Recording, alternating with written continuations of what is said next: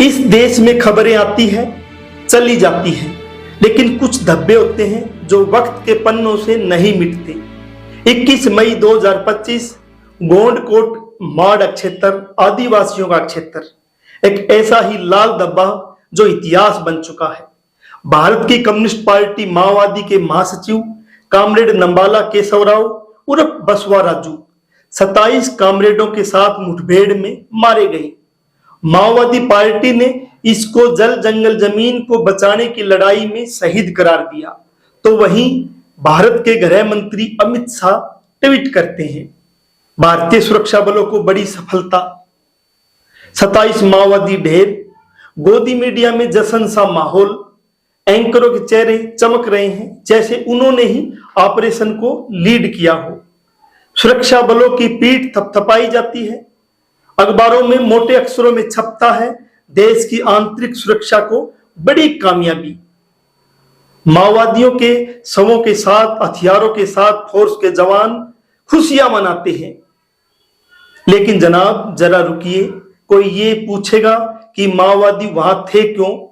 क्या आप बिना वजह 60 घंटे तक किसी से लड़ सकते हैं? बिना खाए, बिना सोए, बिना बैकअप, सिर्फ अपनी जमीन के लिए? जब सामने हेलीकॉप्टर हो, इजराइल से आयातित ड्रोन हो, थर्मल इमेजिंग हो और अत्याधुनिक हथियार हो, तब भी कोई टकरा जाए तो सवाल उठना चाहिए न। अब माओवादी पार्टी का प्रेस नोट आया है, सीधा, सदा हुआ और गुस्से से लबालब।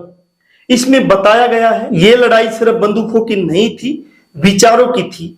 कारपोरेट कब्जे के खिलाफ जल जंगल जमीन की लड़ाई थी। कामरेड बसवा राजू आखिरी सांस तक लड़ते रहे।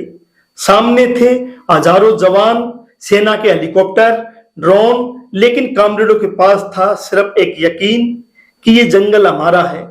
जल जंगल जमीन को बचाने की आखिरी तक सांस तक लड़ाई लड़नी है। आप सोचिए, जिसको सरकार आतंकवादी कह रही है, क्या कोई आतंकवादी 60 घंटे तक लड़ता है?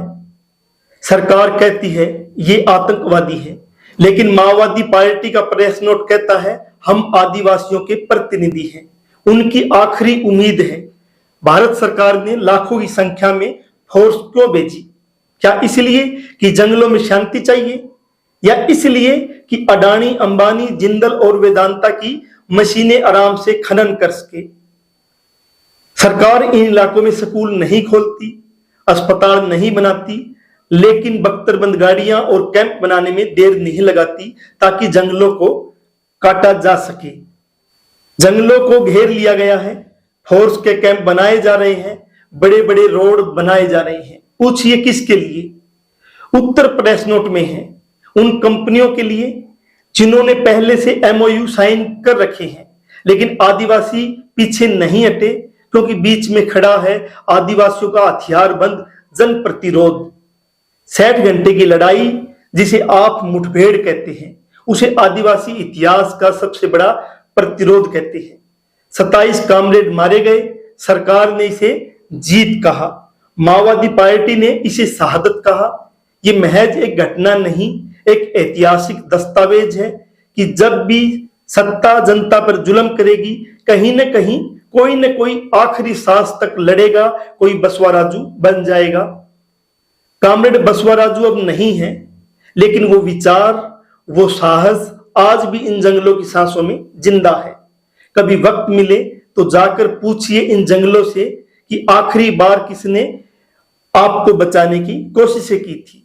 सवाल ये नहीं है कि मारे गए लोग कौन थे, सवाल ये है कि उन्हें मारने के लिए कौन गया था और क्यों गया था। क्या लोकतंत्र का मतलब यही है कि जल जंगल जमीन की हिफाजत करने वाले बंदूक से चुप कराए जाए?